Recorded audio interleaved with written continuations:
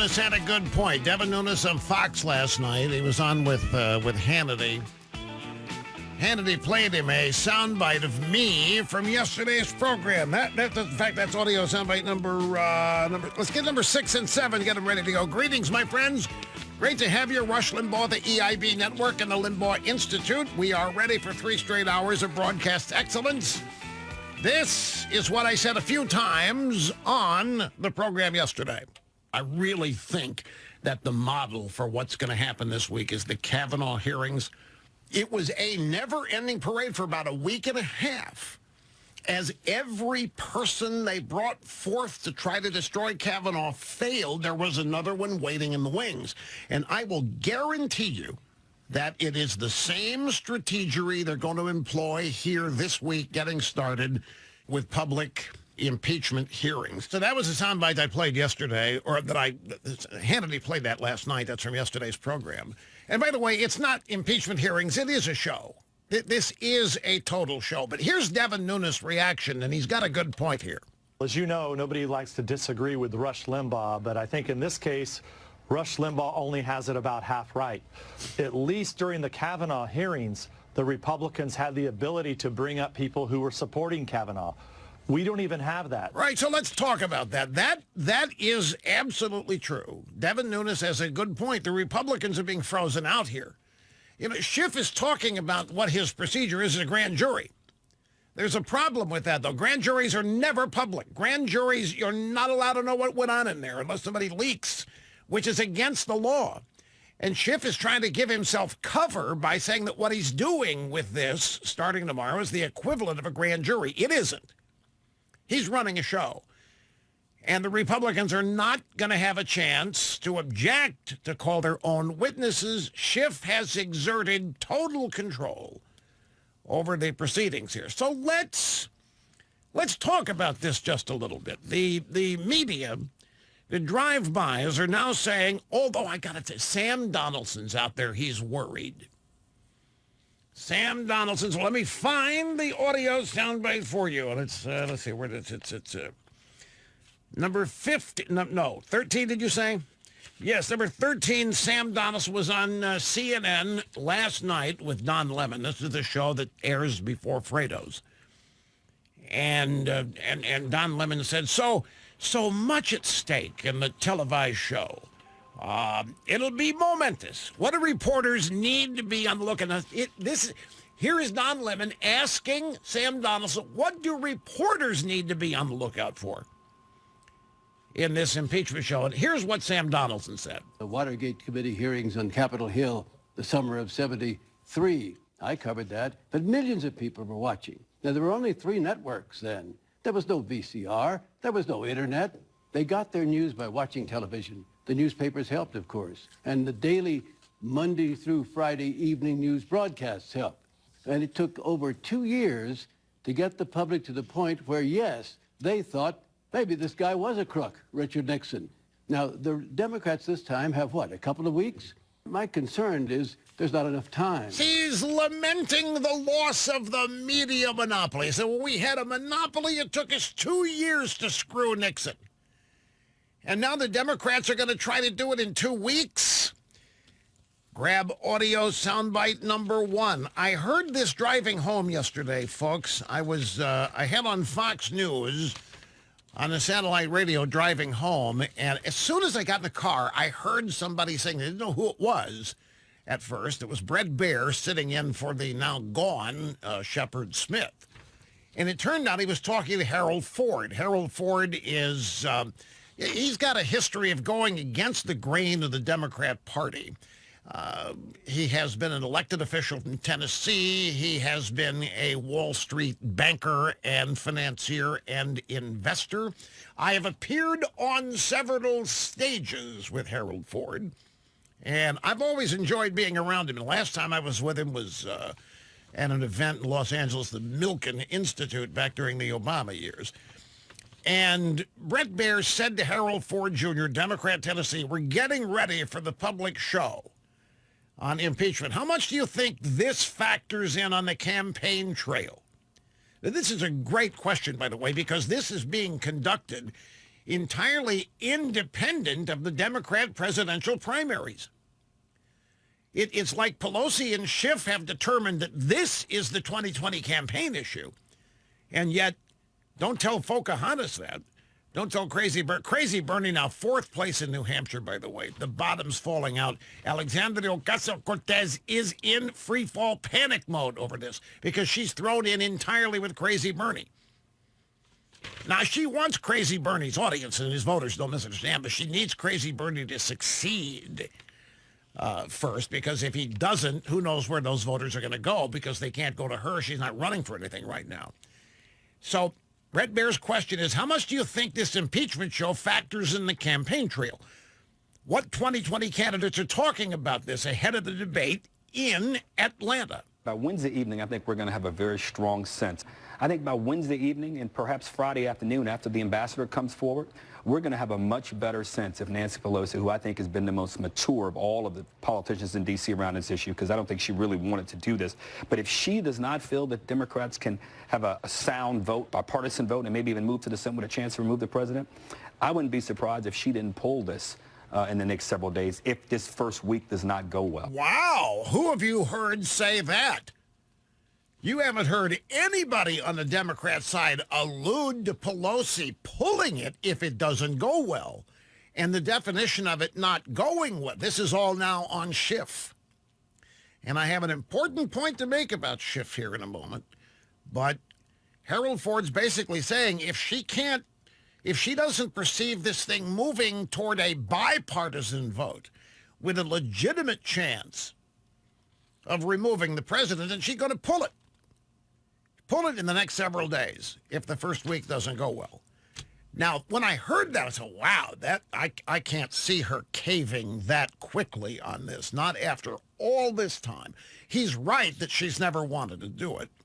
But at some point, she made the decision to throw in and go all in, and she made the decision to do it with Schiff. She made the decision, an active decision, to make Schiff the face of this. And I think it's rather risky because Adam Schiff is a lying sack of excrement, folks. I mean, what do you think I was going to say? You thought I was going to say it, didn't you? You thought I was going to say it, didn't you? You thought I was going to say something other than excrement. But no, I am a highly trained broadcast professional and specialist. I would never do that. But he is. We've documented the lies. The guy still claims he and Swalwell were inseparable in this. They both claim they've got evidence of Trump colluding with Russia. They both say it's clearly obvious. It's clearly visible. It's right there in front. They've never produced it because they don't have it. Schiff is the guy who lied about the contents of Trump's phone call. So let's now put this together. The drive-by media now saying that Trump is about to face his worst week ever. And Devin Nunes thinks it's going to be. Precisely because the Republicans are not going to have a chance to push back, to fight back, as they did during the Kavanaugh fiasco. Well, how many times, though, have we been told in the last, we're getting close to 3 years now, how many times have we been told this is Trump's worst week? How many times have we been told the walls are closing in on Donald Trump? They are too numerous to count. I think the first time they said that Donald Trump had no prayer was on his way down the escalator in June of 2015. And then after his opening remarks announcing his candidacy, and everybody was laughing at it. If you don't have a prayer, you can't say that kind of stuff about Mexicans. Donald Trump has no prayer. So we've been hearing this for 3 years. And every poll that they have ever published has predicted Trump would be wiped out in the next test, be it a special election, be it a primary, be it a piece of legislation, whatever was next on tap, Trump was going to lose. Trump was going to be wiped out. But let's go back to Harold Ford. What does Harold Ford know? He knows something. He is connected. He's a Democrat. He's praising Pelosi as the most mature politician in Washington, acknowledging that she didn't really want to do this. She's now put Schiff, not Nadler. This is key. She had Nadler or Schiff. She could have directed all of this to happen with Nadler's committee, but she chose Schiff. She chose a bug-eyed, lying sack of excrement to be the face of this. And I'm telling you, folks, that carries with it a lot of risk. This could end up being one of Trump's best weeks, because the curtain is now being pushed back. And people who have not been following this so-called impeachment inquiry are now not going to be able to avoid it, because the drive-bys are going to televise all of it. They're going to, if they have to invent networks to put this thing on, they will do it. You're not going to be able to miss it. Oh, yes, you can miss it. Tune in here tomorrow. We're not going wall-to-wall with it. I might do some play-by-play of it, but we're not going to go wall. We did no OJ none of the time, too. We didn't go wall-to-wall with OJ. Kind of ticked off my L.A. affiliate at the time. But I said, look, everybody else is doing this. Why do you want to jump on that cart? I want to be the one place not doing it. So I was the one place not doing it. Our audience levels skyrocketed during the OJ trial. Well, we were one of the few major outlets not going wall-to-wall with it. We're not going to go wall-to-wall with Schiff. But everybody else will be. How many of you think Adam Schiff presents a good face for the Democrat Party? The Republicans are going to try to object. The Republicans are going to try to do some things, but they've been frozen out of this. And that is going to be obvious as well. But I think there are going to be millions of Americans who are going to have the chance anyway, who haven't been following this wall-to-wall like you and I have been, to see what a partisan sham this whole thing is. And then they're not going to hear from the whistleblower. Everybody's heard about the whistleblower, but he's not going to show up. Oh, by the way, new complaint filed with Inspector General alleges possible improper fundraising by Trump-Ukraine whistleblower. This is an exclusive to Fox News. A newly filed complaint to the Intelligence Community Inspector General alleges that the whistleblower, Eric Caramella, is that how you pronounce his name, Sturdley? How do you pronounce his name? Sturdley? Sharamella? Charamella, like Russell Wilson's wife, Shara. Okay. Sharamella, the pajama boy. Anyway, the Intelligence Community Inspector General alleges that Eric Sharamella, the whistleblower, whose allegations touched off House Democrats' impeachment inquiry. Stop and think about that, because that's right. We're only here because of this guy, and this guy never heard the phone call. Now he's not even going to testify. Now he's not going to even show up. The guy that got this whole ball rolling is invisible. He's not going to be there. I'll guarantee you people have heard about the whistleblower. I'm sure Schiff will cover it by saying he's been secreted away in a private location because of Donald Trump death threats or something. Charamella, like the charcoal sound. Charamella. Is that what it is? Charamella, not char. It's char, a hard CH, like chair, except you pronounce it char, as in charcoal. Eric Charcoal Charmarella is a whistleblower.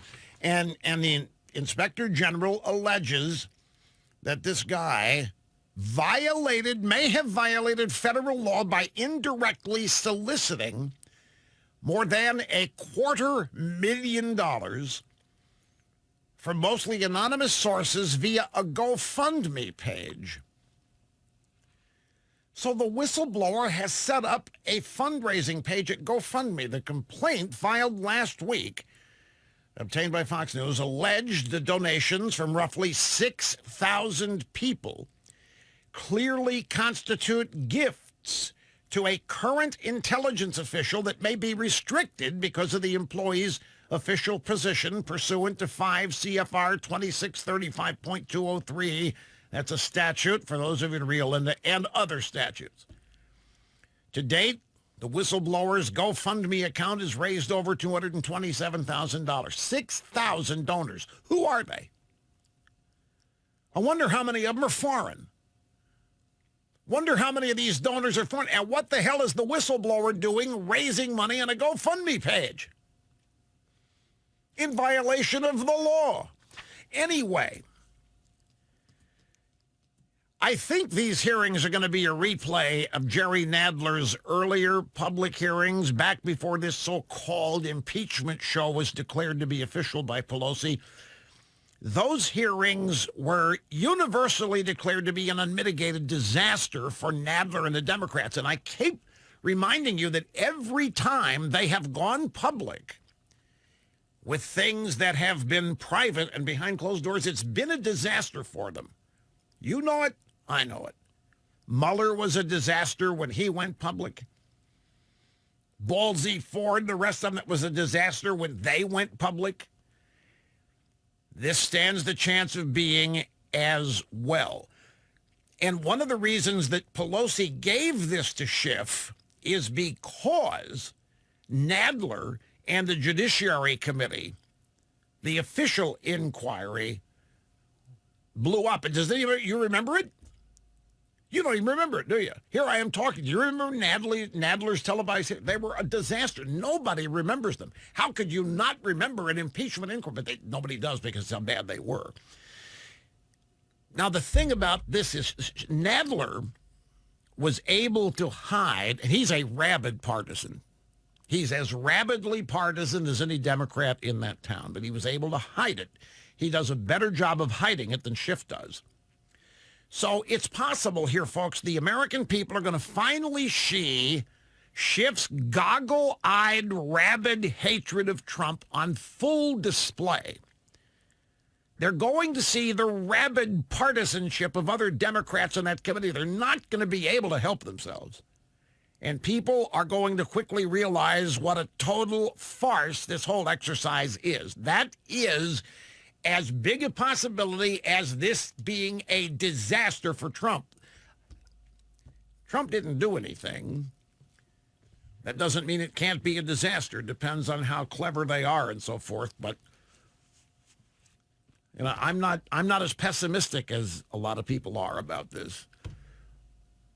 And I got to take a break right here in the middle of it. But hang on, folks, because we continue when we get back. So don't go away. We'll be right. Acknowledge that I may be a bit too optimistic. We'll just have to wait and see. But one thing the Democrats count on is the low information crowd, which is a major, major part of their base, not being able to follow the legal arguments. In fact, they have now dropped quid pro quo. And they're replacing it with the word bribery. They're going to try to turn this into morality play soap opera is really what this is going to be. But they believe that quid pro quo is too hard to understand, and so they're dropping that in favor of bribery. Now, bribery also happens to be mentioned, a specific word mentioned in the impeachment clause in the Constitution. Quid pro quo, I mean, you get lost. That's a lot of syllables, a lot of words for the low information base to follow. Start talking Latin, the average Democrat's not going to understand what it is. Most of them speak Spanish. So it's, but it still is fascinating. They're dropping quid pro quo. They're dropping the whistleblower. They're dropping quid pro quo. They're now moving on to things like bribery. And they've got a challenge. They've got to try to dumb this down. But at the same time, they've got to employ a lot of discipline to keep their rabid hatred for Trump under wraps. Now, a reporterette for PBS has let the cat out of the bag. The PBS White House correspondent, Yamiche Alcindor, told Andrea Mitchell last night the Democrats want to get viewers emotionally attached by bringing blockbuster witnesses. And one of those witnesses is going to be Marie Yovanovitch. And Marie Yovanovitch is going to testify early because it's said to be that she cried during her deposition. She was so upset at what Trump did. She couldn't stop crying because of what Trump did. And they want somebody in tears, under oath, describing what Trump has done. Back in a moment. And welcome back. Rush Limbaugh, having more fun than a human being should be allowed to have, doing what I was born to do, and I've become a household name in all four corners of the world doing it. While we're on the audio sound bites, I've got a couple here, and I can't follow this. I can't follow. The second soundbite here doesn't make sense to me. It was last night, Shannon Bream's show on the Fox News channel. She's got the former Deputy Assistant Attorney General Harry Litman on, talking about impeachment. Now, I don't know who this guy is. I mean, I've heard the name Harry Litman, but I can't place it. Anyway, she plays, I think, she plays a soundbite of me for this guy to react to. So she introduces and plays a clip of me talking about Trump and the deep state. And here's the first of two sound bites on this. Let me play something from probably one of Harry's most favorite radio shows, Rush Limbaugh. As he laughs, he's shaking his head no. One of my favorites. Okay, but this is what Rush has to say about how this whole thing is playing out and what the end result has been. Recent CNN poll shows enthusiasm for the incumbent Donald Trump is almost unprecedented. And in his own party, his approval numbers are well now past 90%. Everything they have tried has blown up in their faces. And in the midst of all of it, guess what's happened? The existence of this so-called deep state has now been shown to be true. The existence of this little cabal of elitists that think they run things is no longer now just somebody's suspicion. Oh, yeah, I remember that. That's a good point yesterday. It's one of the things Trump has done. You know, everybody's always speculated there's some power behind the throne, that there's some secret group that actually runs things in Washington, and they're there despite who the president is. And these generally have always been things touted by conspiracy theorists, people that have been labeled kooks in the past. Donald Trump's exposed it. Whatever you want to call it, the deep state, the elites, the Washington establishment, there's no question that it exists. And there's no question that they are ticked off. And there's no question that maybe the center of it is the national security apparatus, the National Security Council, because within that group is every other group we're talking about. Director National Intelligence, CIA, military has people in there, State Department, diplomacy. It's all in the National Security Counselor apparatus. The whistleblower was on the National Security Council. McMaster, who we now know had ties to the whistleblower. He was the national security advisor for Trump. And that seems to be the nexus. And one of the things that we have learned that has upset these people, and folks, I'm not making this up. It is simple as this. Oh, by the way, something else that we have learned, it may well be Eric Charcoal Charamella, who released the transcript of two phone calls Trump made, President of Mexico, and was it Australia?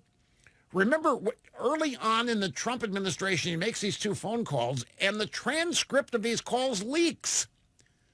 And it is now thought that the whistleblower, the spy, is the leaker of those two calls. And nothing would surprise me. But what upsets these people is that Trump makes phone calls, like the president of Ukraine, he makes phone calls without the National Security Council bigwigs listening in, and they feel left out. This is not the way it works in Washington. Presidents do not exclude the national security apparatus. Presidents let those people listen in because they're the ones that really do foreign policy. All presidents understand this.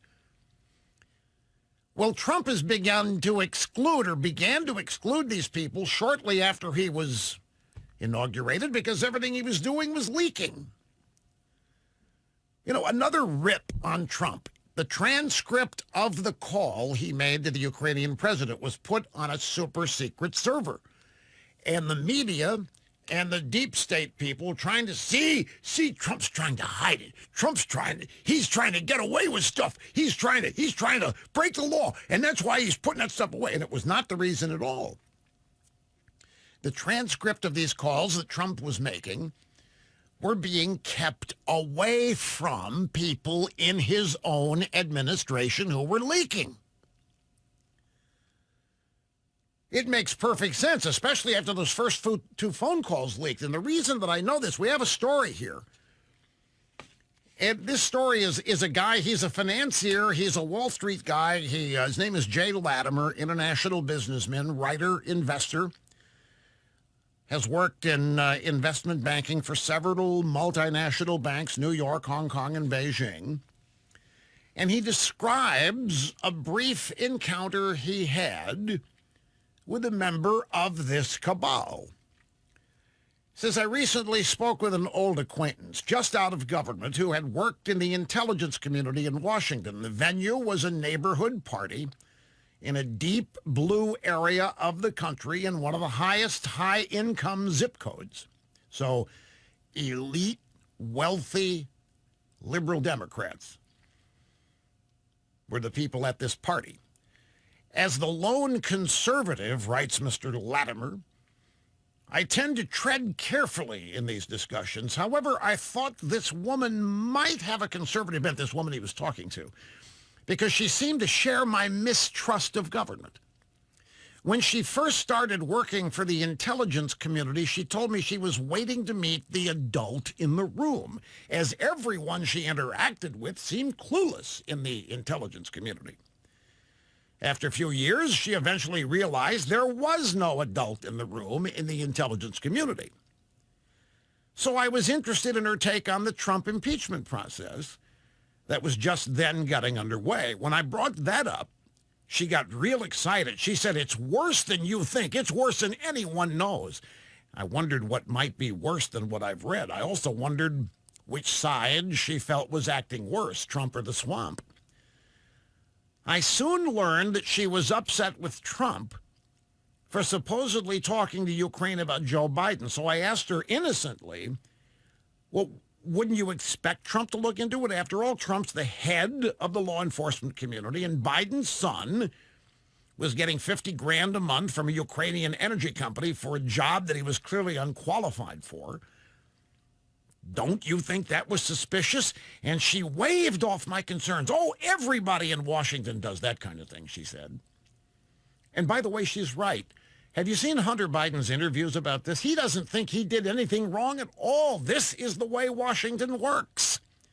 The children of high Washington officials are set up in the way Joe Biden set up Hunter Biden, the way the Clintons have set up Chelsea.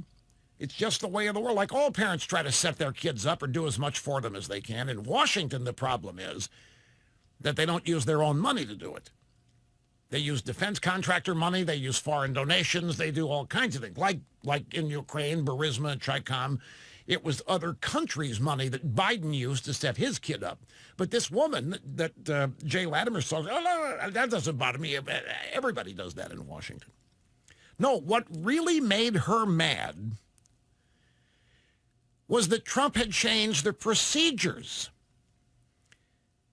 placing his calls to other heads of state under high classification status so they could not be seen by others in government. She thinks that that was an outrageous breach of protocol. How could Trump do such a thing? So it's exactly what I suspected.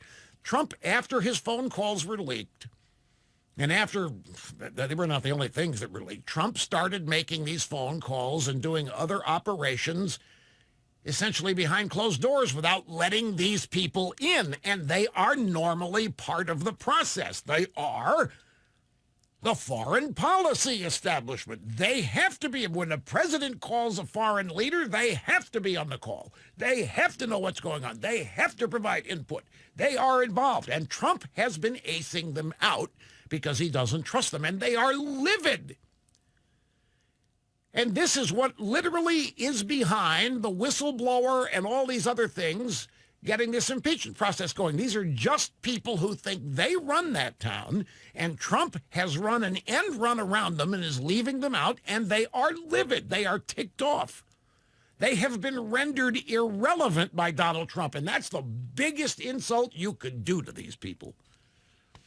Because in their minds, they are Washington. They are government. They are foreign policy. And Trump is excluding them. It's like Trump has taken away their reason to live. He's taken away their access to power and bragging rights and whatever else they get their jollies doing by being involved in these things. So I pointed out, this Mr. Latimer continuing, I point out to this woman that Trump had a good reason. He was the victim of 2 major leaks in his first month. The full text of his calls were given to the press. Wasn't that also outrageous and unprecedented? And given the strong possibility of further leaks, wouldn't classifying his calls be the prudent thing to do? Her eyes flashed in anger, and she said, he just can't change things like that. He's not a king. Meaning he can't just arbitrarily decide to exclude us. Now, who are these people? Well, the first thing to know about them is that none of them are elected. There's not a single one of them in this cabal that ever answers to or is accountable to the American people. And in a representative republic, that is a non-starter. But it's been this way probably for decades. I will bet you it's been this way since the post-World War II era. This order, this Washington, this world order that John McCain talked about, this is what he was talking about.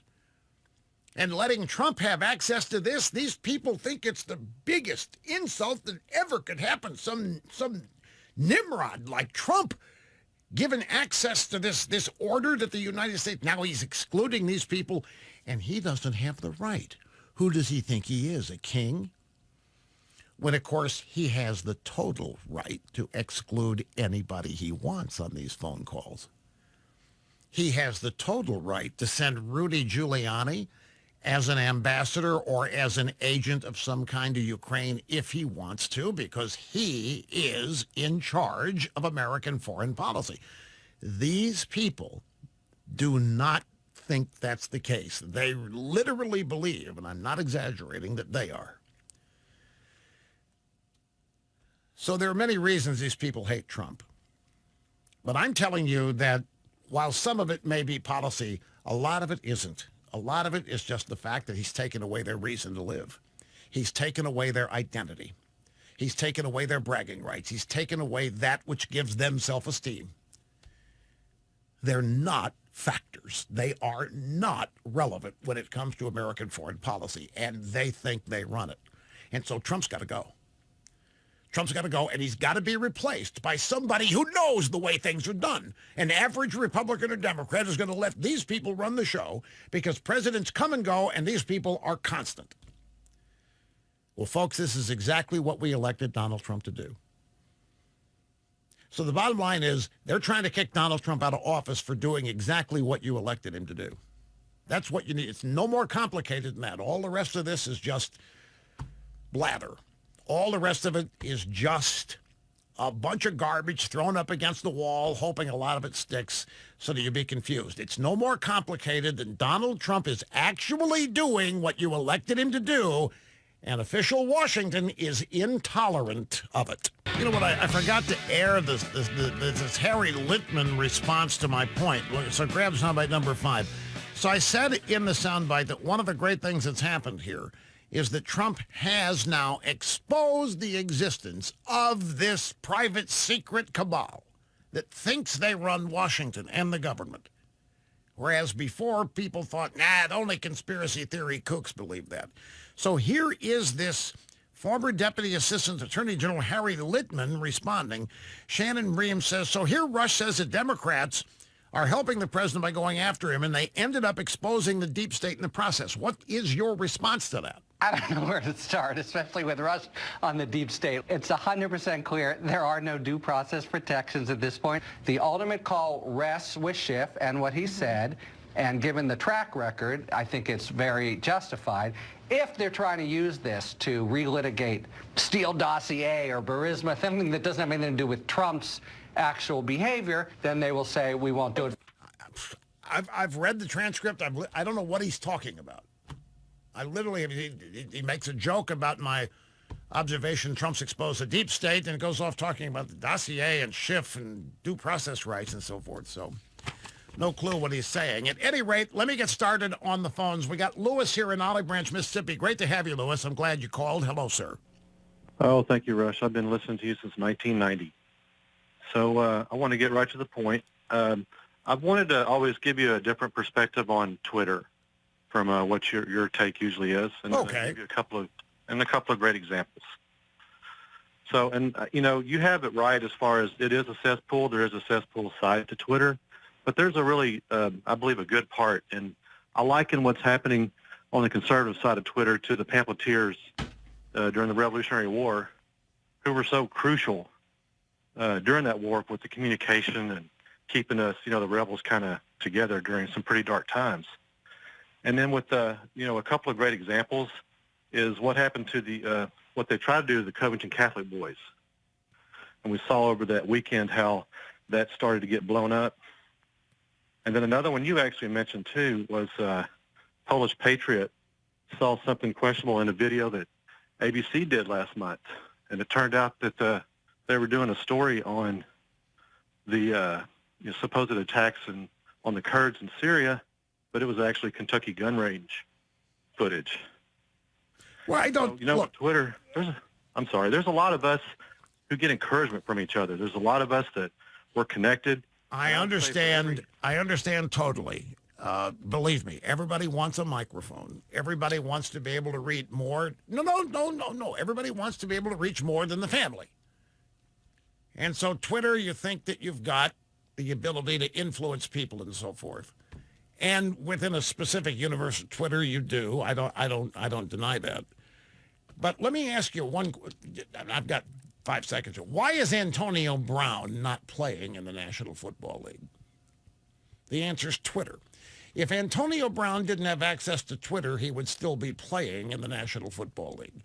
Twitter has destroyed or enabled more self-destruction.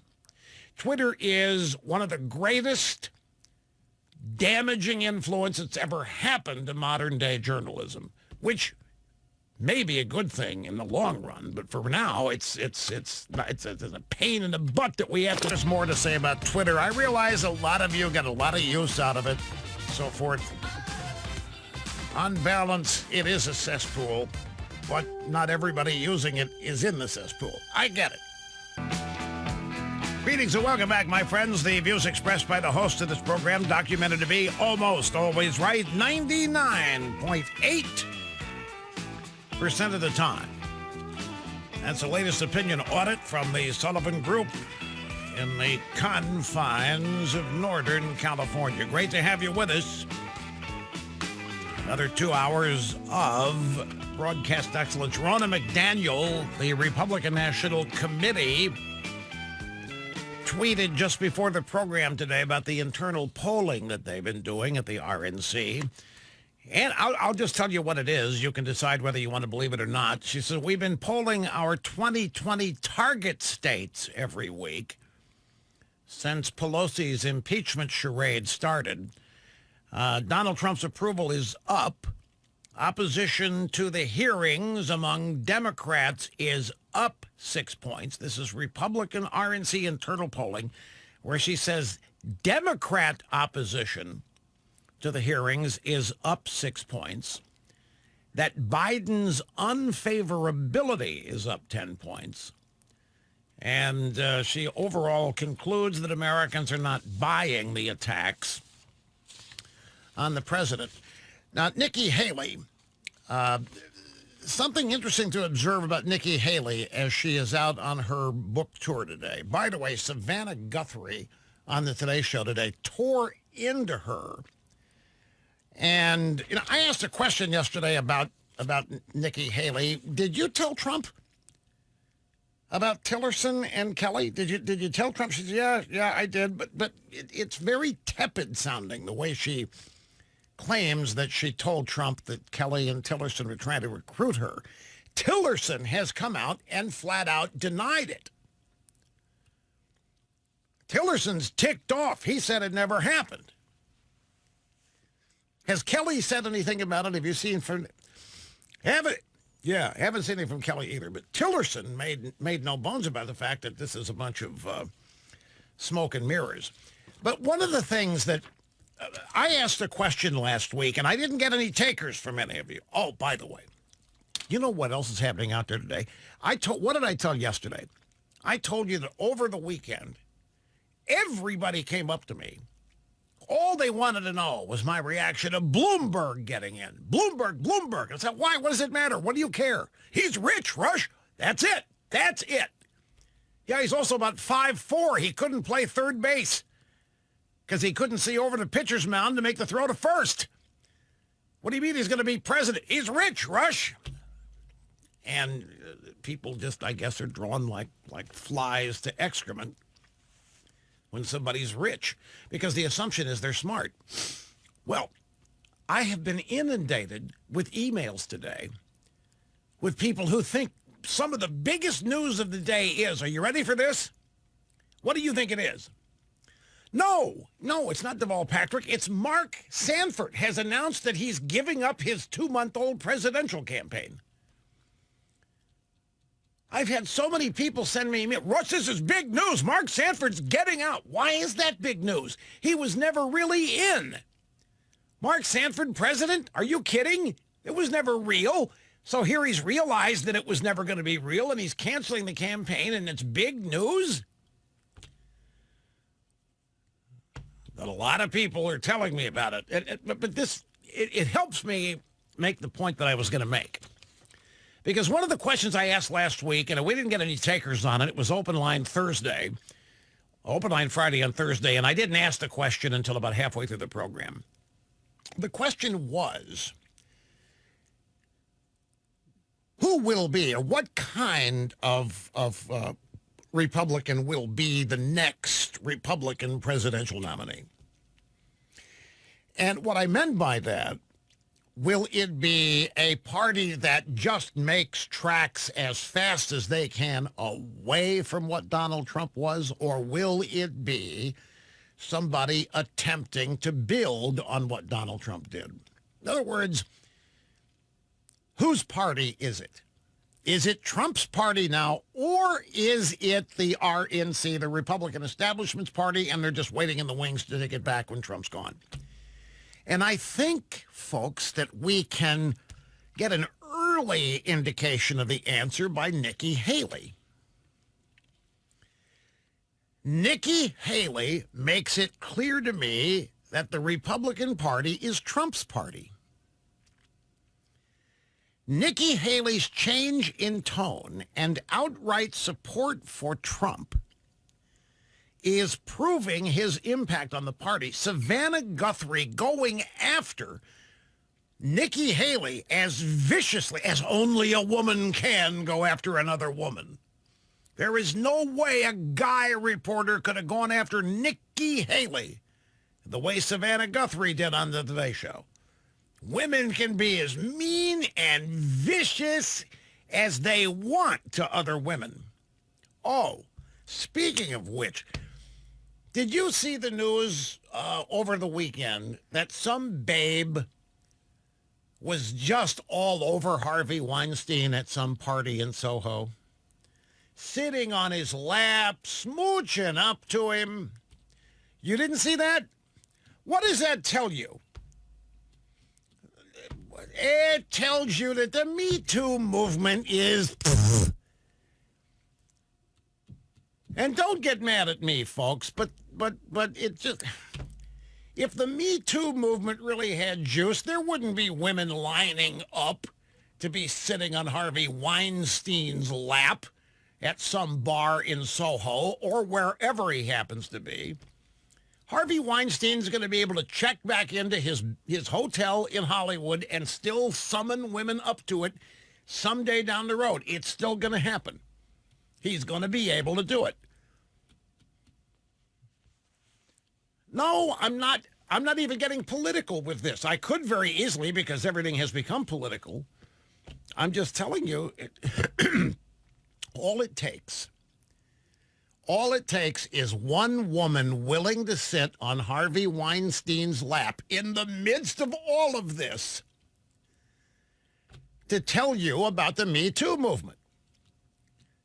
All it took was one woman, and the whole Me Too movement has been betrayed. All it means is that they cannot create any gender unity in opposition to a reprobate guy. I don't care if she's a stupid woman. She's still a woman.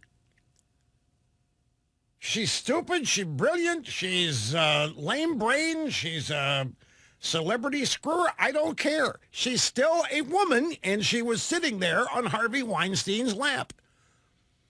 And then the media caught up. Are you in a relationship with Harvey Weinstein? No, I'm not in a relationship. I don't need to be in a relationship. Nobody needs to be in a relationship with Harvey Weinstein. That's the point.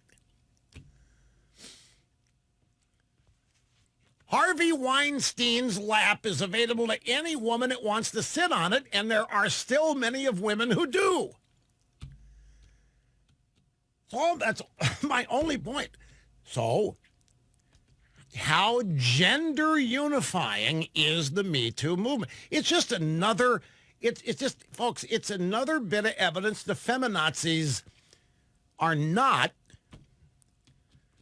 well, I was going to say they don't have the juice that they think they've got. They've got a lot of juice. I mean, they've screwed up the education system. They've screwed up a whole bunch of stuff. Don't misunderstand.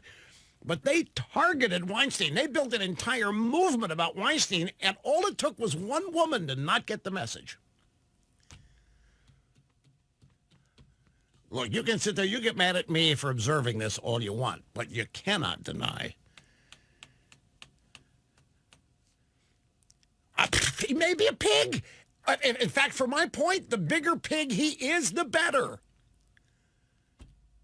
Exactly right. The guy is a pig, and there is still a woman with grand dreams sitting on his lap at a bar in Soho.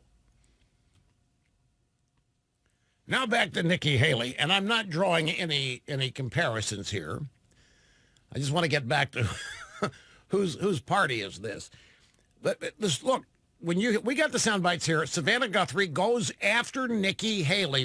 There's no gender unity here either. I mean, you would think that Savannah Guthrie would be all in for Nikki Haley because she's a woman, but no, she said good things about Trump, so she is a bitch who needs to be destroyed. It just establishes once again that Me Too, the feminazis, it's a bunch of liberals. It's just another classification of the big leftist movements. Anyway, the point here is Nikki Haley's change in tone and apparent outright support for Trump proves his impact on the Republican Party, because everybody thinks that she's seeking the Republican nomination in 2024. She's denying it, but that's what you do in politics. When you want it, you deny that you want it until you announce that you want it. And then you have to explain why you denied it, because everybody does. And as said yesterday, Nikki Haley is defending Trump. She's out there saying, look, this phone call, they got the aid. Ukraine got the aid. It doesn't matter. There couldn't have been a quid pro quo. There couldn't have been any bribery. They got the aid, and there was no investigation of Biden. So what is all this about? That's what she's essentially out there saying. That's why Savannah Guthrie's claws are out. Oh, and Condoleezza Rice. Well, you know, she said that call is murky. No, Condi, what's murky is the Bidens and Burisma and the Chicoms. That's what's murky, Condi. What's murky is the Clintons. What's murky is Hillary Clinton and her husband and the Bidens and this entire Obama Department of Justice apparatus. That's what's murky. Donald Trump is an open book. Donald Trump spends more time being transparent than any president the press has ever had a chance to destroy. Trump doesn't hide from them. He doesn't mislead them. He hits them straight between the eyes. By the way, they finally figured it out. They're ticked off the way Trump has canceled press conferences now.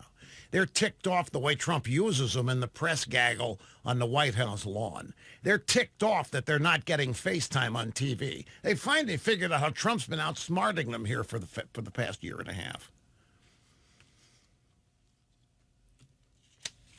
Here's the bottom line. Nikki Haley makes, and by the way, Sanford pulling out, all you people sending me this breaking news. What do you think that says?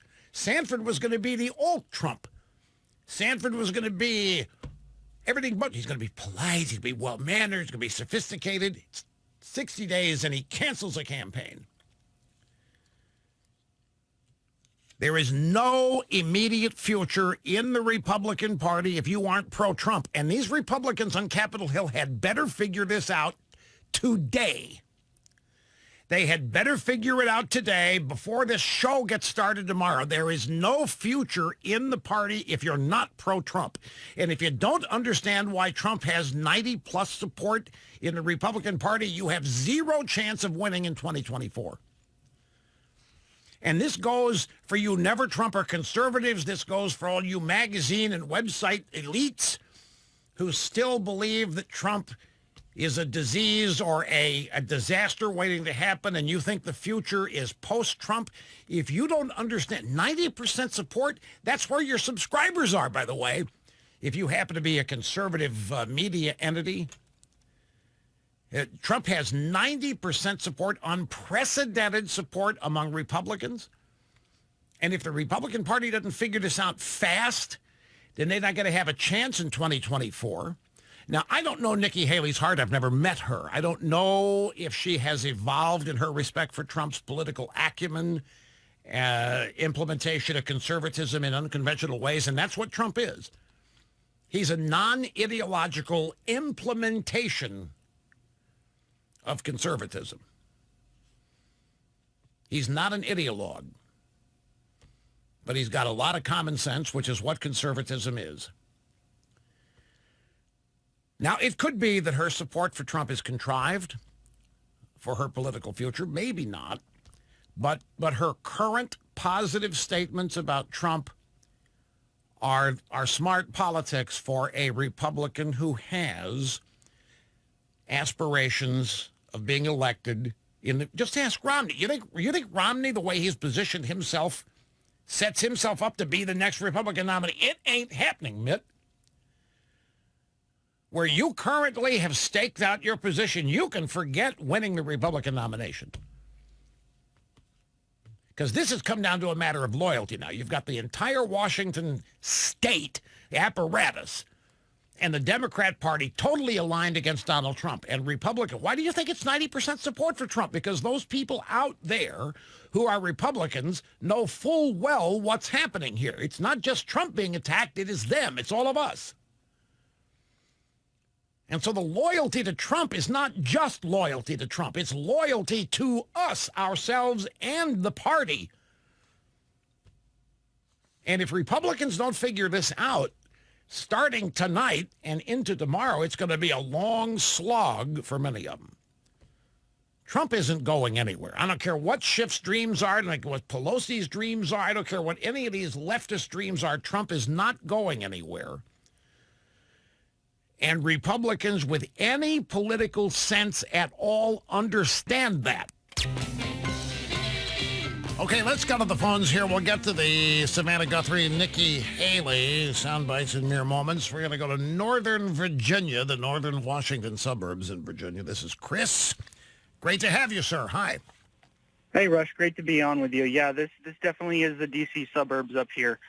Listen, I had to call. I've just been so frustrated with the dismissal of the deep state conversations.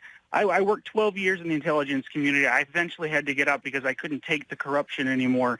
It's exactly what people say it is. It's exactly what the so-called conspiracy theorists are saying, and I get so tired of this dismissal of saying that it's not there. That people feel like it's their duty, regardless of what the politicians, regardless of what the elected officials want, that they have this solemn duty to maintain something, and it supersedes everything.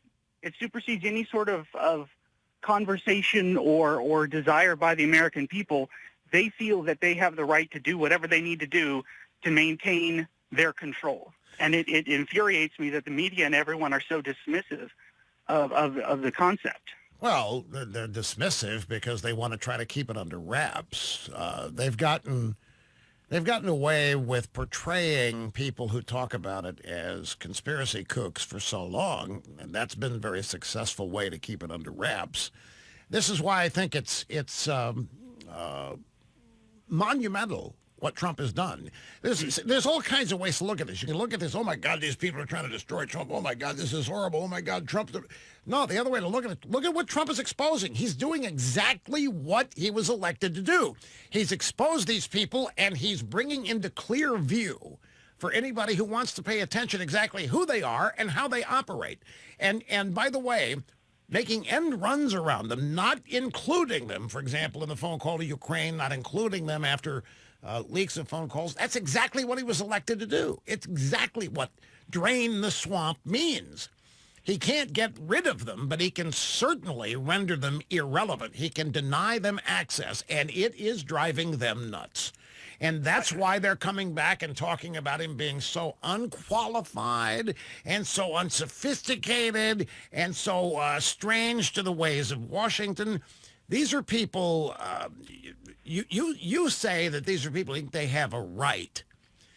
I think it's worse than that. I know what you mean. I think what you really mean, they have a sense of entitlement. They are not elected, and yet they think that they have a duty to protect the American people from themselves, because the view of the American people is one of ignoramuses, dunces, people that don't know what's going on. And these people have this added attitude of superiority about them.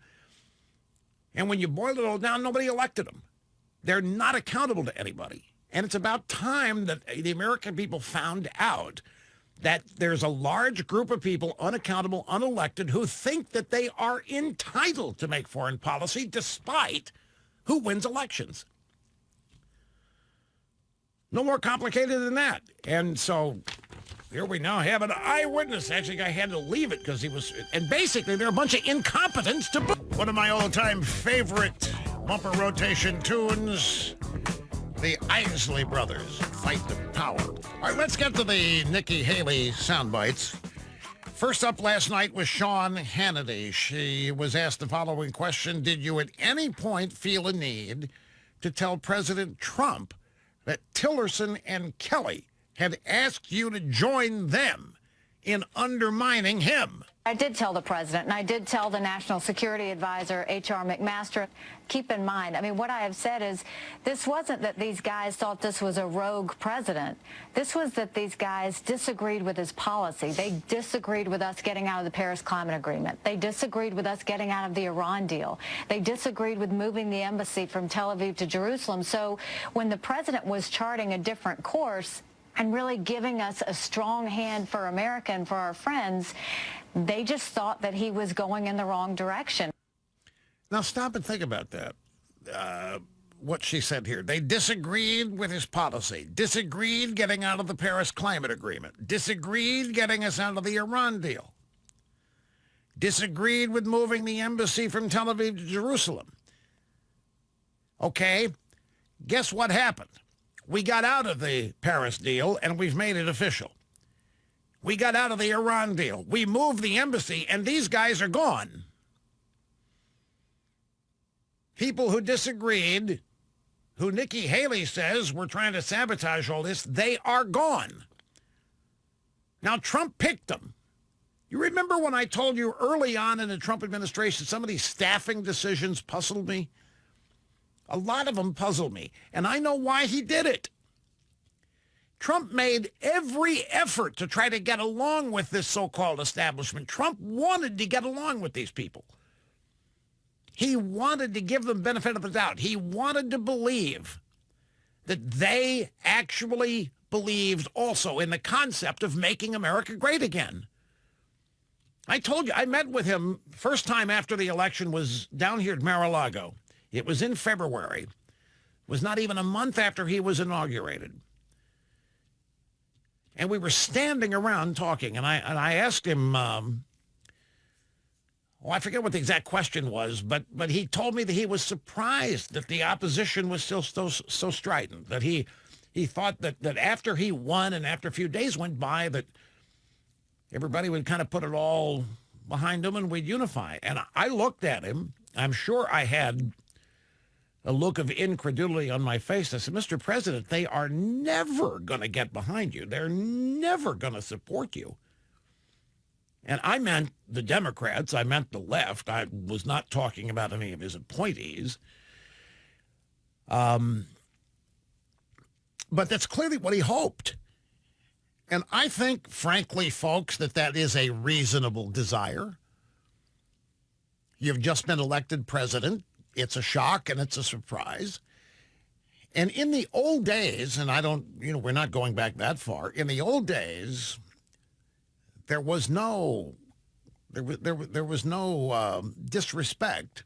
The American people, in other words, were acknowledged.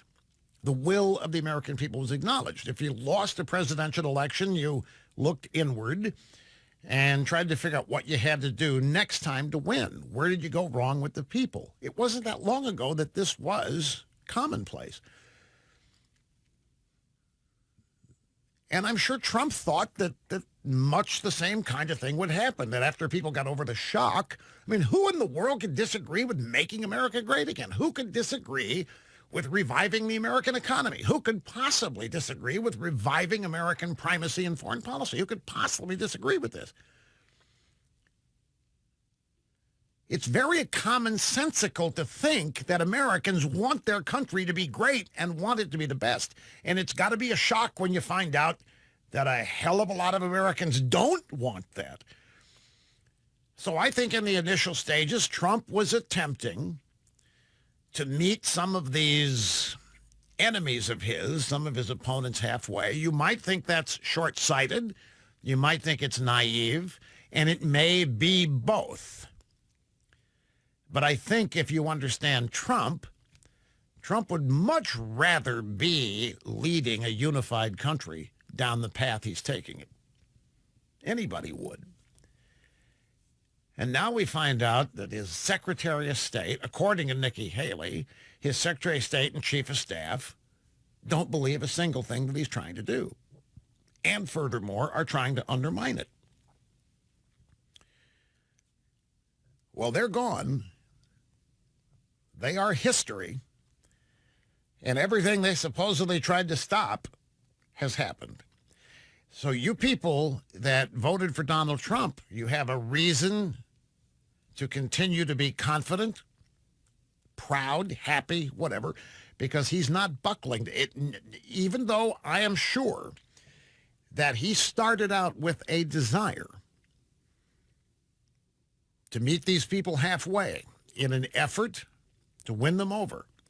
When he found out that wasn't going to happen, he doubled down on his agenda. He did not double down on making them happy.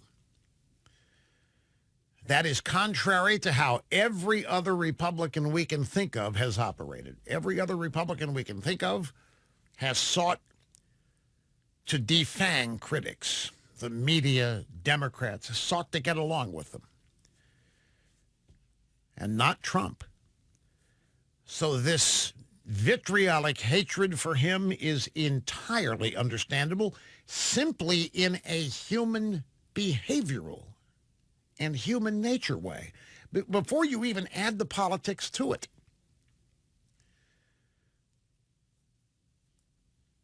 Then when you add the politics to the hatred, it just doubles and triples and intensifies. And in the face of all of this, Trump hasn't buckled. Now, he may not have moved as quickly on some things as you would like, but he's not a king, nor a dictator. So, anyway, she says that she did tell him. But my guess is she didn't have to. He probably knew. He's not an idiot. And I'm sure these two guys, Tillerson, who is denying it, by the way, and Kelly, they're not the only ones. The entire national security apparatus, H.R. McMaster. Everybody was in there trying to undermine Trump. Obama holdovers. They still are. That's why those of us who know full well what's going on don't want to give an inch.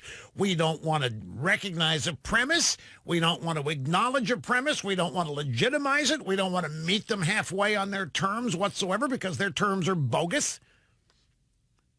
Their efforts are bogus. They need to be defeated, not accommodated. And we need to stop being so damn reactive. That allows them to set the agenda all the time. Now let's get started. Savannah Guthrie with Nikki Haley today on the Today Show. This is Savannah Guthrie defending Kelly and Tillerson in her interview with Haley. First bite, Guthrie is asking Haley about Kelly and Tillerson, and here's the response. You say in the book, these were dangerous people. You write that in the book.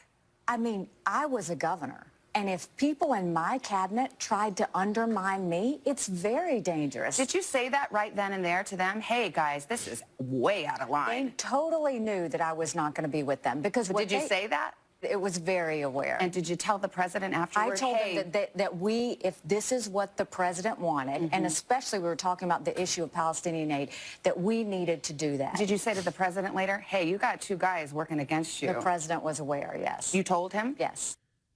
Okay, so she's mentioned it now twice. Last night with Hannity, there was Savannah Guthrie, and this interview continued. Here's the next bite. I look at what you've said about Tillerson and Kelly. I mean, you said they're dangerous people. You said that they were pursuing a policy agenda, that they weren't really trying to save the country. I think about General John Kelly. He spent more than 4 decades in uniform. He lost his son in battle. Okay, you talk about, you write it very dramatically. You say, what is at stake is the U.S. Constitution itself. No disagreement with the president, no matter how heartfelt, justifies undermining the Constitution. John Kelly lost his own son in battle. He knows what it is to take an oath to the Constitution. Did he deserve a better or more generous assessment from you? Well, first of all, I didn't call them dangerous people. What I said is what they were trying to do was dangerous. I have always referred to John Kelly as a patriot, but to undermine a president because you think that you know better than him is wrong. Now, notice that here's Savannah Guthrie despises Trump. But these two guys, when she learns that they're trying to undermine, no, she loves them. They're great patriots, they're great heroes, and they need to be defended. And how dare Nikki Haley attack somebody who lost a son in war? How dare you? And this is how they try to shame people. One thing has nothing to do with another. The two are irrelevant. One does not provide one cover to do whatever one wants to do, including insubordination. You lose a son to war, you lose a son to an automobile accident, does not give you license to subvert and undermine the President of the United States when you're chief of staff. But according to Savannah Guthrie, well, maybe it's a consideration. Who are you to go after these people? She's making it very clear what she said, and issues still being taken. Here's the final soundbite of the 3 that we have here. Soundbite number 11. Did you ever have any doubt about the fitness of this president to serve? I never did. Any doubt about his mental acuity? I never did. Any question about his truthfulness, his ability to tell the truth? Savannah, I talked to him multiple times, and when I had issues, he always heard me out. I never had any concern on whether he could handle the job, ever. What about his truthfulness? Did you think he was a truthful person? Yes. In every instance that I dealt with him, he was truthful, he listened, and he was great to work with. Since when do these people care about truthfulness? Ms. Guthrie, did you ever get Obama on your show to ask him about his promise to people they could keep their health care plan if they liked it and their doctor? Did you ever ask him what happened to your promise that people's insurance premiums are going to go down by $1,200 or $1,500 a month? What is this newfound curiosity with truthfulness? Did you ever ask Bill Clinton? Bill Clinton lied so much that you people in the media started doing stories on how little white lies were good things. They saved people from hurt feelings and so forth. So these people have a list of supposed objections to Donald Trump. He's dishonest. He's an ogre. He doesn't speak right. He looks weird. He's mean. He's a bully. He's a brute. He has lousy manners. Since when did all of that matter? These people, these are the people that have laughed at and joked about the entire concept of morality and good manners. Whenever right-to-lifers talk about it, whenever values voters bring these things up, these people like Savannah Guthrie are leading the parade and ripping them to shreds as a bunch of phonies. Now, all of a sudden, all these things that they have laughed at and impugned and made fun of all these years, now they're the coin of the realm. Now they're the gold standard. They've got nothing on Donald Trump. The only thing is they hate him. They just despise him because he won. He beat them, and he is not including them. He hasn't invited Thomas Friedman to the White House to have a breakout session on full employment like Obama did. He hasn't invited a bunch of worthless media people up to talk about national policy. And so Trump sucks. It's just a bunch of immature little high schoolers here feeling upset at being left out of things when in the past they think they were instrumental in running everything. So for that, we got to get rid of Donald Trump. And no matter what they've tried, has blown up in their face as though they are Wile E. Coyote. And the next thing that's going to blow up in their face is Schiff's little show, his so-called grand jury impeachment inquiry. I was watching a real crime documentary on TV over the weekend.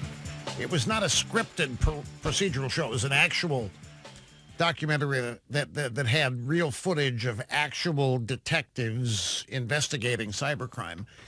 And one of the detectives was asking somebody else if they'd had any luck in tracking somebody's device. Nope, they're on a VPN. And I perked up at that. Here's law enforcement in a real documentary. It was in the UK, by the way, saying, no, they're on a VPN. We can't track them. And I said, well, there it is. Here, even a TV show documenting the procedures that law enforcement takes trying to track people using their rifle. They're on a VPN. They can't find them.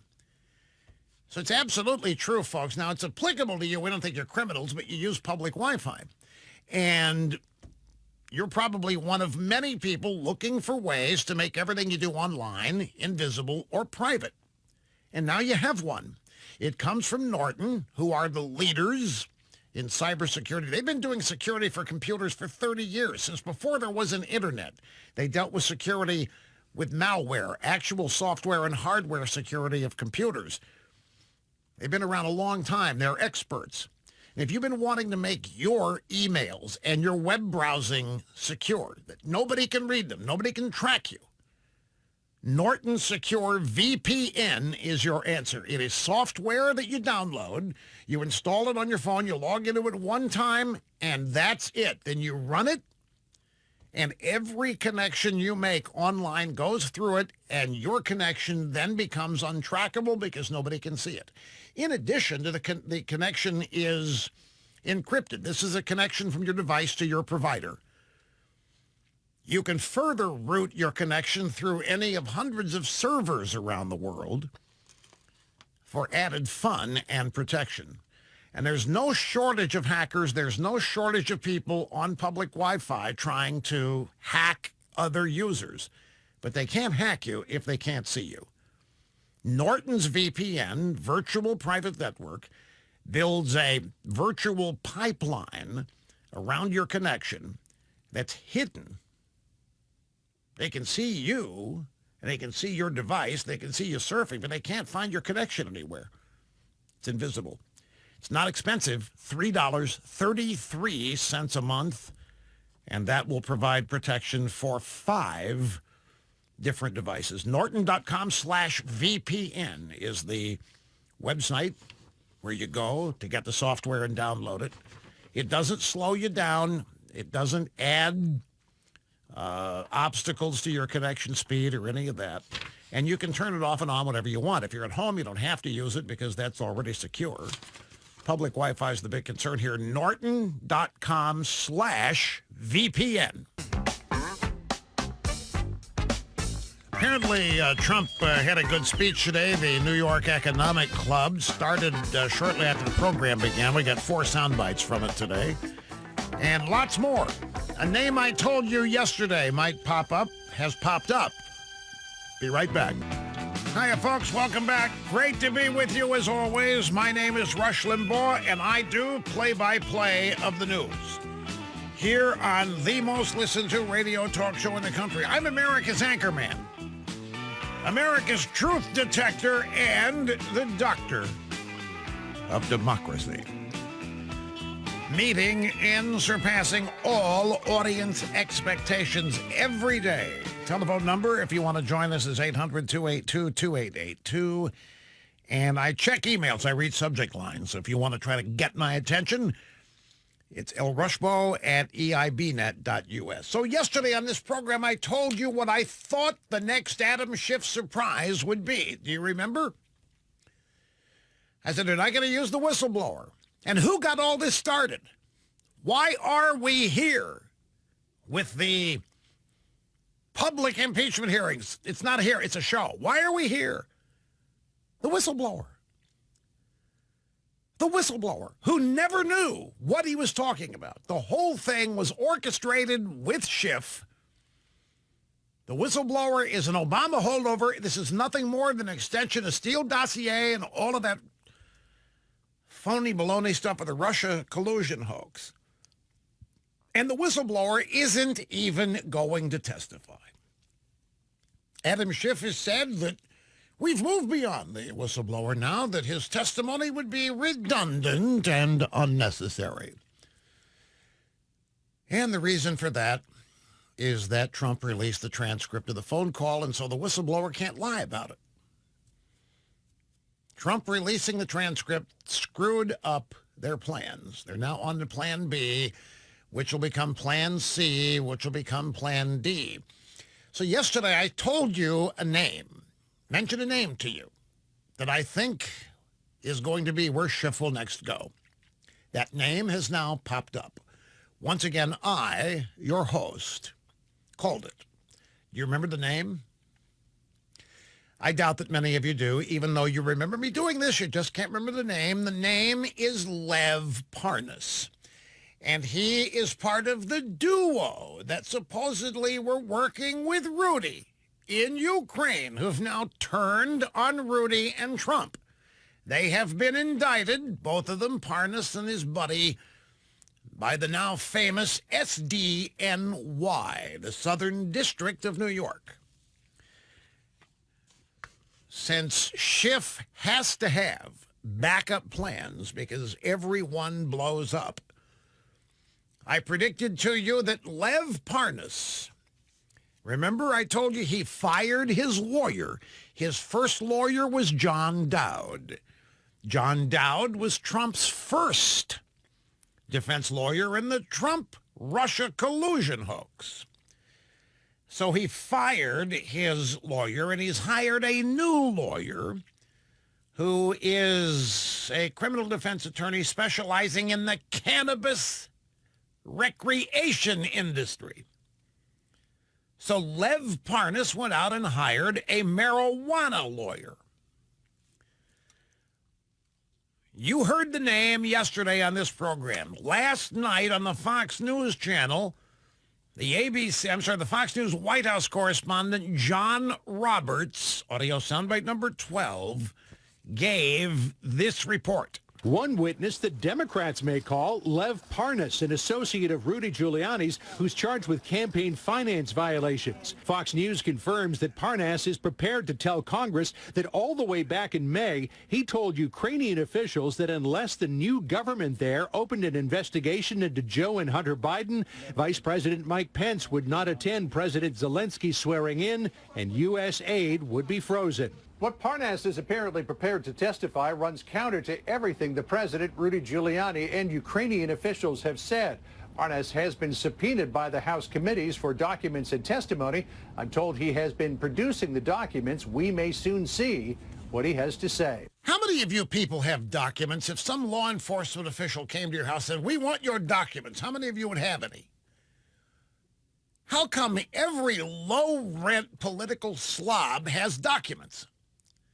Okay, so the committee wants documents from Lev Parnas. He's got documents. What documents? Anyway, that's always been a bugaboo of mine, folks. I don't keep documents of anything. But these guys all keep minutes of every meeting for the forthcoming library. I don't just mean presidents. I've never done it. I've never been into practice. But these guys that we're talking about must commit everything they do to writing at some point. Never understood it. But they do. So Lev Parnas is submitting documents. Now, note what John Roberts said. Parnas is apparently prepared to testify to things that run counter to everything the president and Rudy and Ukrainian officials have said, as though he's the guy telling the truth, somebody we never heard of, and all these other people are lying. Notice how this works. Trump's lying. Pence is lying. Rudy is lying. Ukrainian president is lying. Ukrainian officials are... Lev Parnas, the guy under indictment, is telling the truth. See how this works? So I told you that this was going to happen, and John Roberts had the news last night. Here's Donald Trump, New York Economic Club today. By the way, this place...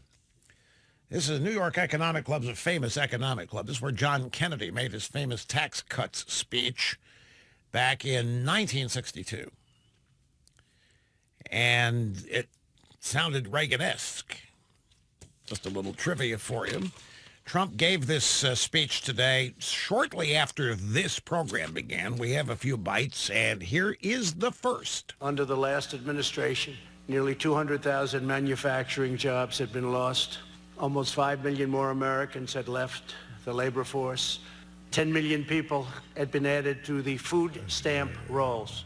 The so-called experts said the America had no choice but to accept stagnation, decay, and a shrinking middle class as the new normal. That was said all the time.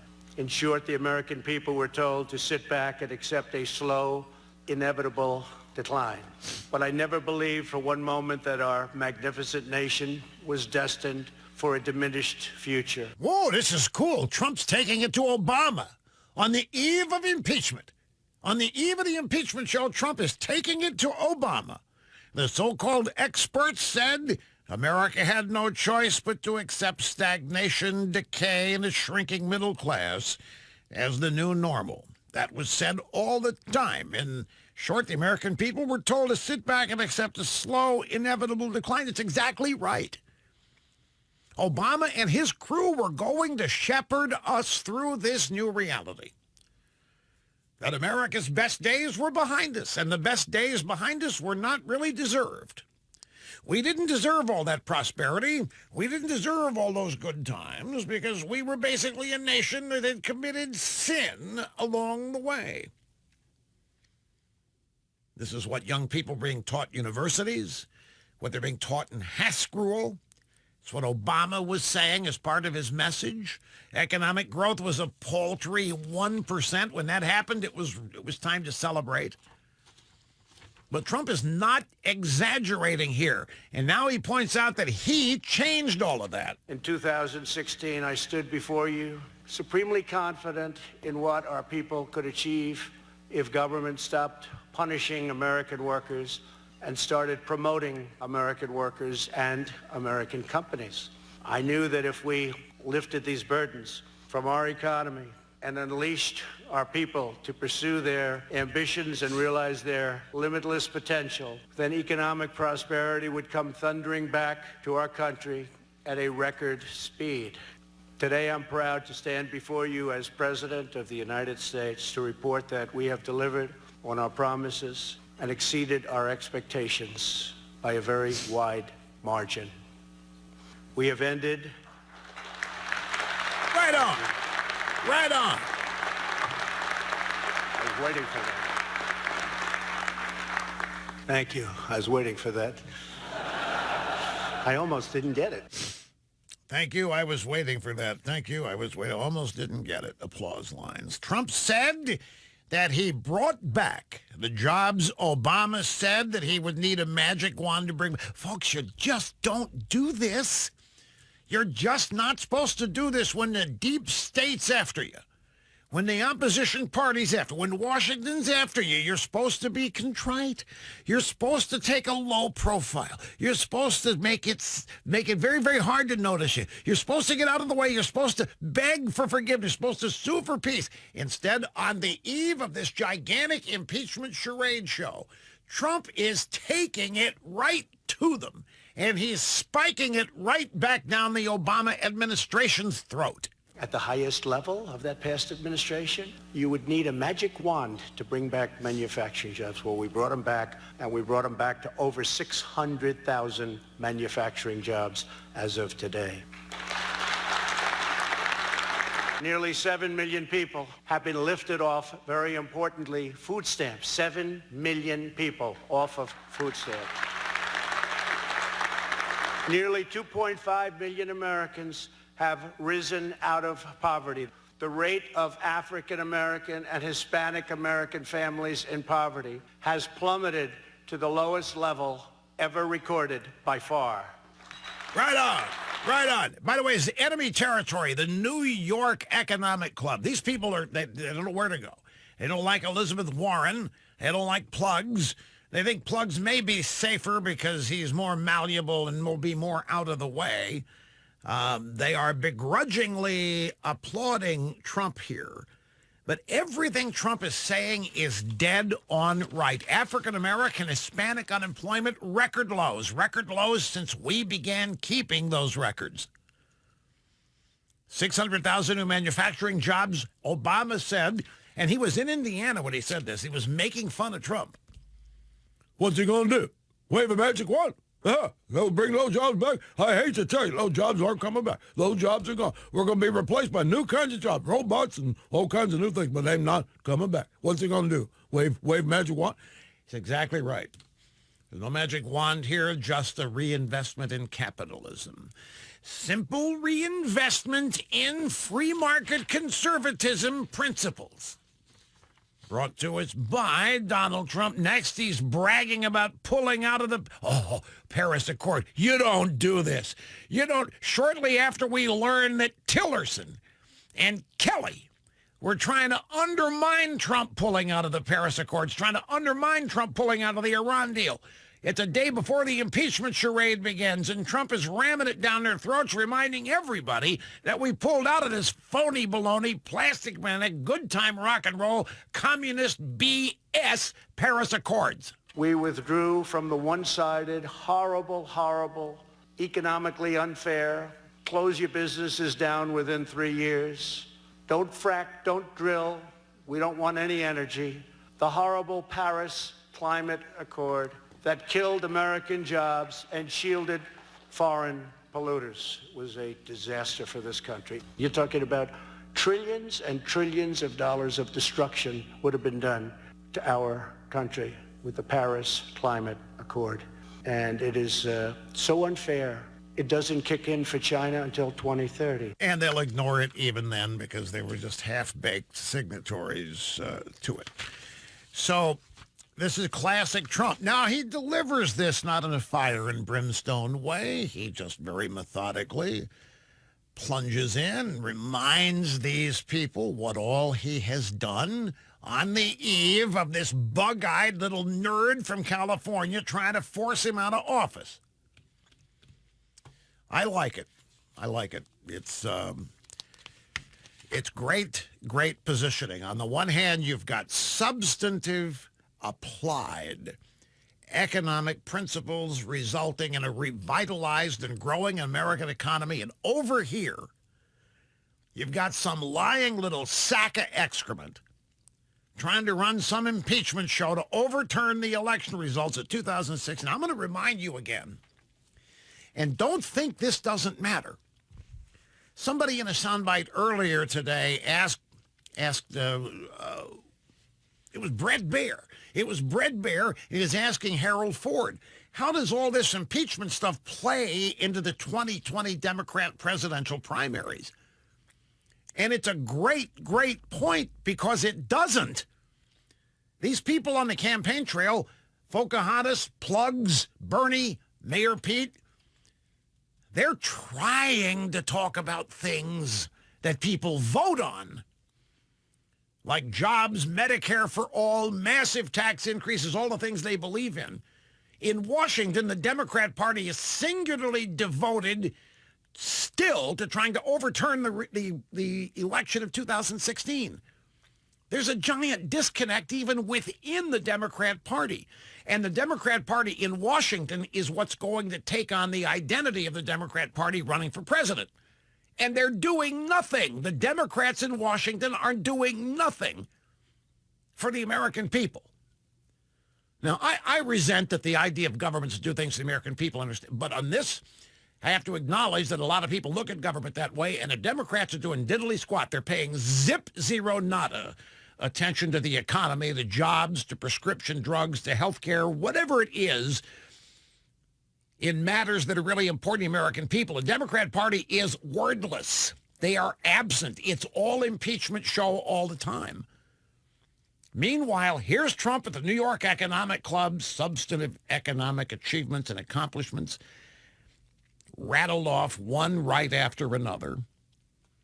It's an interesting contrast. The Democrat Party has become vacant. They have become poisoned with the hatred that they have. They are not even making a phony effort at making voters think that they have any interest in them. The Democrats are engaged purely and solely in things they care about, and they're using public money to do it. And they're hanging their presidential candidates out to dry. It's so bad for the presidential candidates, they're looking for alternatives, like Hillary, like Bloomberg. It is a mess. Do not think these people are winning, my friends, because they are not. Let me sneak a phone call in here. People have been patiently waiting. This is Dion in New Orleans. Great to have you on the EIB network. Hi. Hi, Rush. Look, with Judge Kavanaugh, they had nothing. With the Mueller investigation, they had nothing. Wait. Who is they? The Democrats. A Democrat. Democrats said all kinds of stuff with Kavanaugh and Mueller.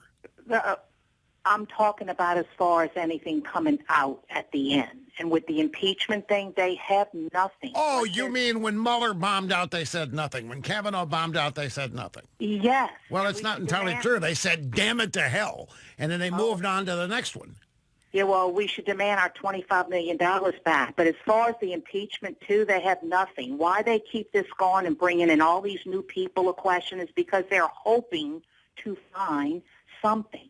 Not only that, they spend 24/7 every minute of the day thinking about this. What they're not spending 1 minute on is immigration, health care. Our cities are becoming toilets. The crime is out of control. Drug abuse is rampant. The USMCA, infrastructure. They don't care about any of that. They don't care about any of that. They obviously don't care about any of that. They're willing to put that all aside. We see it. We see this. I would put President Trump's 3 years of accomplishments against. Well, yeah, but you voted for Trump in the first place, right? Yes, I did. All right. So we would expect that you would notice it. We're looking for Democrats to notice this. And according to RNC internal polling, they are. Look, I got a question for you. You pretty much said they're not going to accomplish anything. So why are they doing this, do you think? Because Trump is getting very close to breaking up the swamp. It's going to take another 10 years because these people are so embedded with each other. There is daily corruption going on. Okay, that's a good answer. It's a good answer. A serious question. There isn't I don't care what you've heard, there isn't anybody anywhere in Washington that thinks the Senate would ever vote to convict Trump. So they can't remove him from office. No president ever has been via impeachment. Pelosi knows this. So what are they doing? What is Schiff's agenda? He doesn't need to do this to get reelected. He's in a safe district in Hollywood.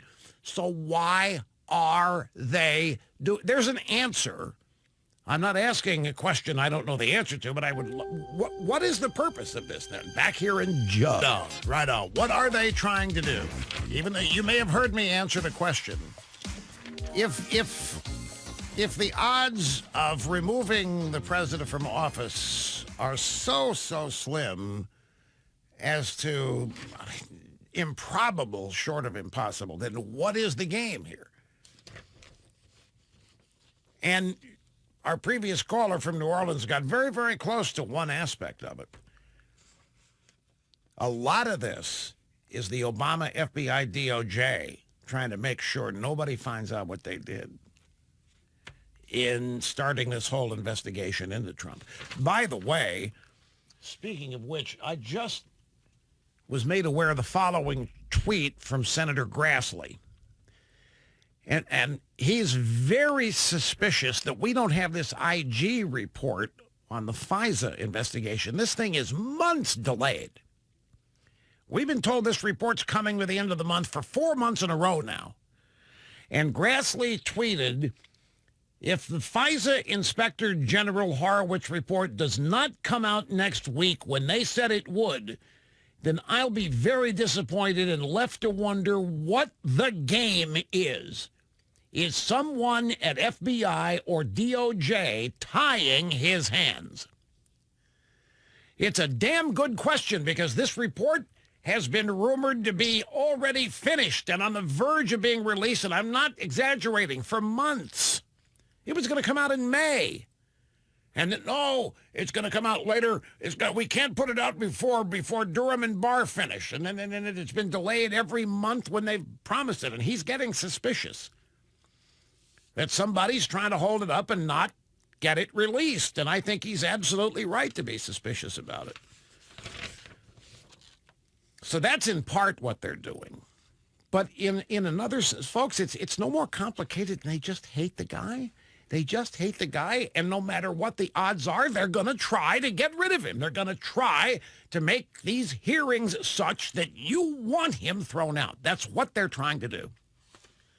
They're trying to disgust all of you. They're trying to make you all believe that this guy is the biggest criminal in the country, and he's getting away with everything. That's what they're trying to do, even though they've had to lie about virtually every allegation.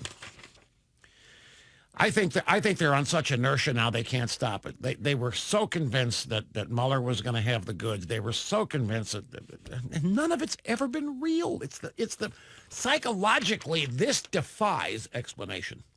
Sane people. It literally defies rational explanation. There's never been anything. There's never been any evidence of anything. The whistleblower never heard the phone call. The whistleblower is not testifying. The Steele dossier was actually not even written by Steele. Lee Smith's book.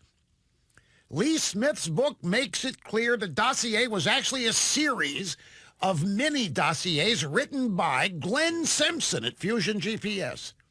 And they just slapped Steele's name on it to give it some credence with the FBI and the FISA court, because he was a former MI5 spy in good standing with the FBI.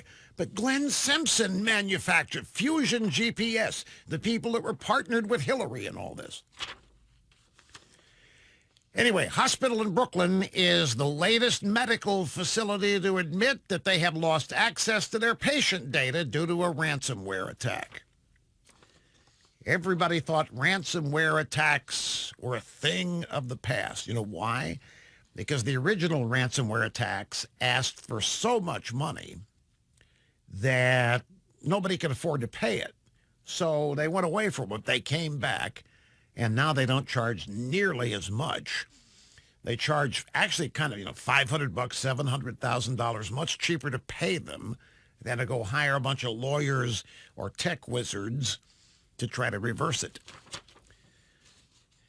And so now these ransomware attacks on cities and municipalities and other public institutions are apparently working. I wonder why that is. Wonder why so many of these government facilities are so insecure.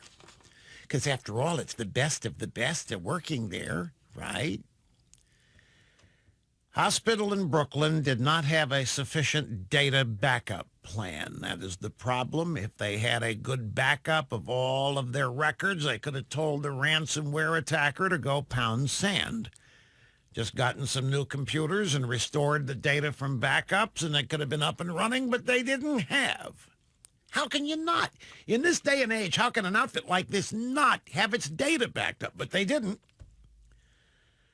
This hospital's systems were attacked in July. Just last week, administrators had to admit they've lost crucial data because they didn't have backups in place. Inexcusable. It's easy now to protect your data with backup. It's easy. iDrive provides the easiest solution for you. And for that matter, a hospital as large as the one in Brooklyn. iDrive provides a data backup service that's off-site, safely away from any computer that might fall victim to a ransomware attack. iDrive software backs up computer data regularly in the background while you're working away on your own computer. You don't even see it. And it only backs up the stuff that changes day to day, called an incremental backup. After the first one's done and everything's backed up, it then only incrementally backs up whatever changes, whatever's new. Doesn't take hardly any time at all once you got the first one done. You can schedule it on a daily basis, or you can schedule it on an hourly basis. However often your data changes, schedule it.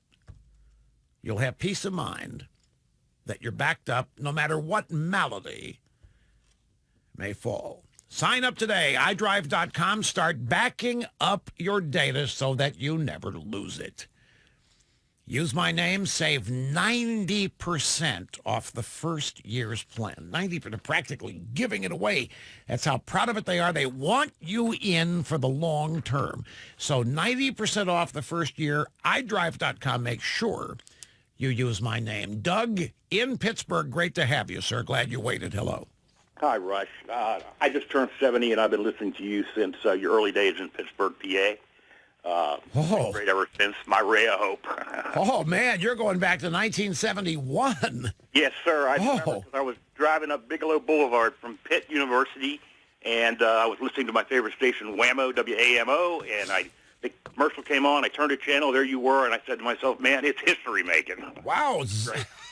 Bigelow Boulevard. Yes, sir. It's all coming back to me now.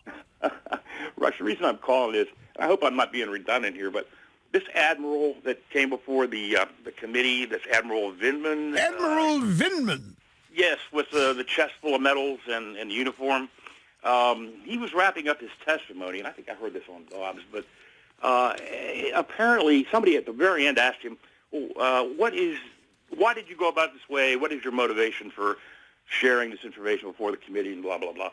And he says, my highest calling, my highest duty is to the interagencies, period, okay? And I didn't really dawn on me until I heard he's coming back before the committee. And then I thought a little bit about it. And if I have this right, 2 days before Trump was sworn in, people like Brennan and Clapper and Hill, Susan Hill, and I think somebody from state went into Obama's office and had him put out an interagency directive lifting all the restrictions and firewalls between the agencies. And I'm just wondering, is that what the Admiral's talking about? So that now he could just blab to anybody across interagency lines, whatever he felt was... Well, no, what he's talking, if I've understood your question, you said his loyalty, he said, was to the interagency group. That is a very well-known, commonly used, very popular word in Washington, but outside nobody knows what it is. Let me tell you what it is, and what Lieutenant Colonel Vindman was saying. The interagency group is the National Security Council and members. So it would be the CIA, it would be the State Department, it would be the DIA, it would be the military, And all of those different agencies make up the interagency group. They do foreign policy. In their minds, they are foreign policy, not the president. So when Vindman was saying his loyalties to the interagency group, they're his boss. That's who he works for. He's not loyal to the commander-in-chief. In his world, the interagency group, and I'll guarantee you this Brennan, is his master. He does their bidding. So if somebody orders him to tell Charamella about the contents of Trump's phone call with the Ukraine president, he will do it. But wait a minute, Commander, no. Interagency group. These are people that are there regardless who the president is. Presidents come and go. These people, now CIA directors are appointed. But Brennan hasn't been part of the CIA since Obama left, and he's still a central figure in this interagency group. These are permanent people in the so-called intelligence/foreign policy community. And interagency just means all the different agencies that have people in it that are in, let's call it the National Security Council just to simplify it. But it's basically the nucleus of this group is the National Security Council, the National Security Apparatus, and any other agency that deals in it, which is pretty much the CIA, the FBI, the DOJ. You'd have the military, State Department. Now, not everybody in these departments. The interagency group has representatives from those agencies that make up the interagency group, and Vindman worked for them. It was to them and to that group that he was loyal, and from them that he took his orders, not the president. In their pecking order, the president's beneath them. They do foreign policy. Now, Trump has come along, and he's not including these people on phone calls to foreign leaders. He's not including them in the formulation of foreign policy. He didn't include them in a decision to pull out of the Paris Accords. They are livid. They've been rendered irrelevant. They have been rendered purposeless. They have been aced out. Trump is not going to get away with this. He has taken their reason for breathing away from them. He's taken away their bragging rights. He's taken away their self-esteem. He's taken away their identity.